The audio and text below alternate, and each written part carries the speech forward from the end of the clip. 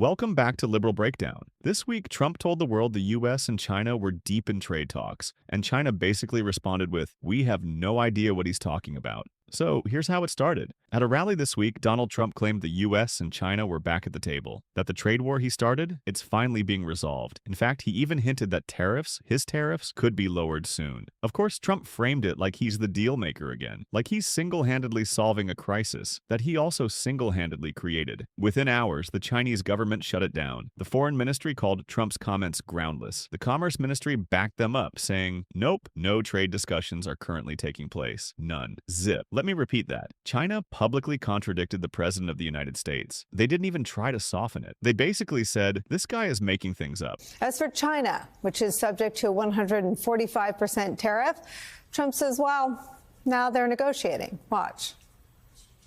We are going to have a fair deal with China. It's going to be fair. Are you talking to them actively now? Actively. Everything's active. Everybody wants to be a part of what we're doing. The Chinese government says no, not active. Quote, China and the U.S. have not engaged in any consultations or negotiations regarding tariffs, let alone reached an agreement, end quote. Adding that while China is open to talks, quote, if it's a fight, we will fight till the end. Confronted with China pouring cold water on Donald Trump's version of reality, Trump said this. A question on China. Can you clarify with whom the U.S. is speaking with China? They're saying it's fake news that trade talks are happening. Well, they had a meeting this morning, so I can't tell you. It doesn't matter who they is. They just doesn't include China and the U.S., according to China. New York Times reports this, quote, in private, some Trump officials concede that they did not accurately predict China's reaction.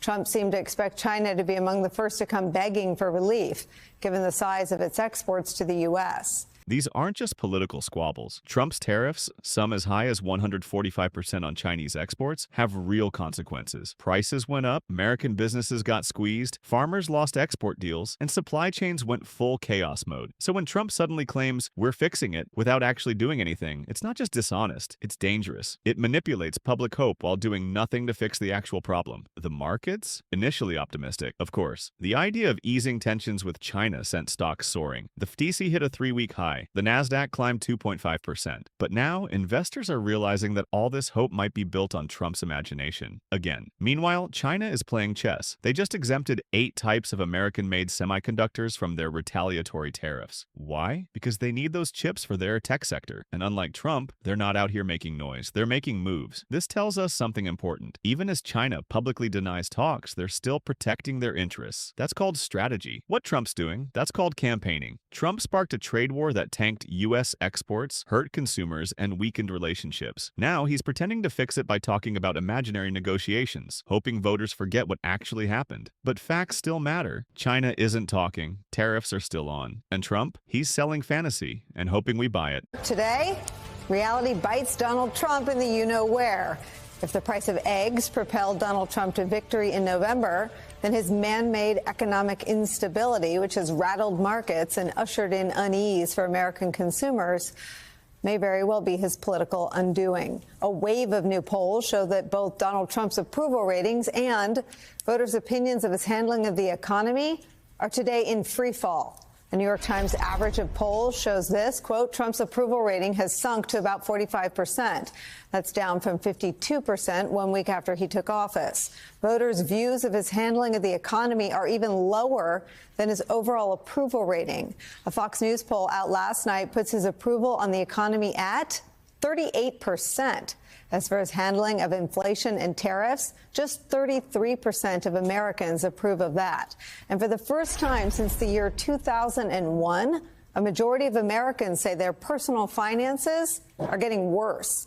So, see, it turns out the more voters see of Donald Trump's man-made chaos, the less they like it. And there is a lot of chaos. Well, it looks like Donald Trump's approval ratings are doing what most of us expected, sliding downhill faster than one of his golf carts. As of late April 2025, Trump's approval rating is hovering between 44 and 46%. That might sound okay, until you realize his disapproval is sitting at 51 to 53%. That's a net negative of up to -9. It's one of the lowest ratings of his current term, and that includes his bumpy first 100 days. Let's start with the big one, the economy. A Reuters' Toughts Ipsos poll shows just 37% of Americans approve of how Trump's handling it. That's his lowest score ever on the economy. People are frustrated. Inflation's still biting, groceries are up, rent's up, and somehow, Trump thinks 145% tariffs on China will fix it? Yeah, no. Then there's his policies. 59% disapprove of how he's dealing with inflation. 58% don't like his tariff approach. 56% think his economic plans are trash. And foreign policy? That's underwater too, with 54% disapproval. It's almost like when you govern based on vibes and grievance, people eventually notice. Even on immigration, his old reliable approval is slipping. Sure, he's got 55% on border security, but the overall immigration policy picture is way more split now than it used to be. When even your own base is side-eyeing you for not delivering on your day one promises, that's not a good look. At the 100-day mark of their presidencies, Obama, Biden, even Bush were more popular than Trump is now. And yes, I said Biden. Remember him? The guy the right keeps saying nobody likes? He still beat Trump in early term approval. Regionally, the cracks are showing. In Kentucky, Trump's still holding on at 56%. But in New Jersey, his approval has tanked to 38%, with 60% disapproving. That's not just blue states turning blue, that's the middle of the road saying, no thanks, we've seen enough. Trump's losing support where it matters most, on the economy and with independent voters. People are tired of chaos, tired of slogans, and tired of waiting for solutions that never come. He can hold rallies, throw blame, and spin stories, but the numbers don't lie. And right now, they're spelling trouble for 2025 Trump. President Trump touting that he's made 200 trade deals in a new 2-hour interview with Time magazine ahead of his 100th day in office. And the president claims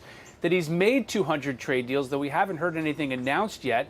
And he's also expressing optimism. He says that these trade deal processes will all finish up in the next 3 to 4 weeks. The president likened these trade deals and his role in it as almost like a store manager. This is what he told Time, quote, "It's a giant, beautiful store, and everybody wants to go shopping there.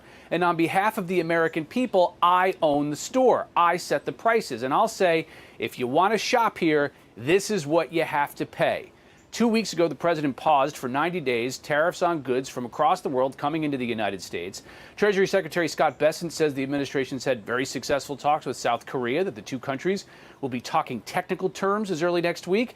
The president also says the U.S. and China are actively talking, though Chinese officials say there have been no productive negotiations. Now, this interview touched on a number of different subjects. The reporter asked President Trump if he'd be willing to meet with Iran's supreme leader. Trump said, sure. This as the two countries are in the middle of negotiations over Iran's nuclear program. They've had a couple of meetings so far.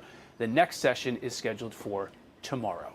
All right, folks, hold on to your hats, because President Trump just dropped a whopper of a claim. He says he struck 200 trade deals during his presidency. 200 factorial. But yeah, hold on a second. There are only 195 countries on Earth. So which countries are we talking about here? And is he counting deals with, like, Antarctica? Does the North Pole have a trade deal now? So is Trump counting trade deals with, like, his imaginary friends? Or maybe he's including deals with, I don't know, his golf courses? Because I'm pretty sure deals in Trump world can be anything from let's chat about tariffs to, hey, let's throw a party and call it a deal. The United Nations recognizes 193 countries, plus there are 2 observer states, the Holy See and Palestine. So that's 195 countries total. But somehow we've got 200 deals? Is Trump counting the moon as its own country? Maybe he signed some trade agreements with aliens? I wouldn't put it past him. So we've got some serious math questions here. Either Trump's counting multiple deals with the same countries, or maybe he's just using the word deal to mean anything that sounds impressive. Like, I spoke to China about tariffs. Boom, that's a deal.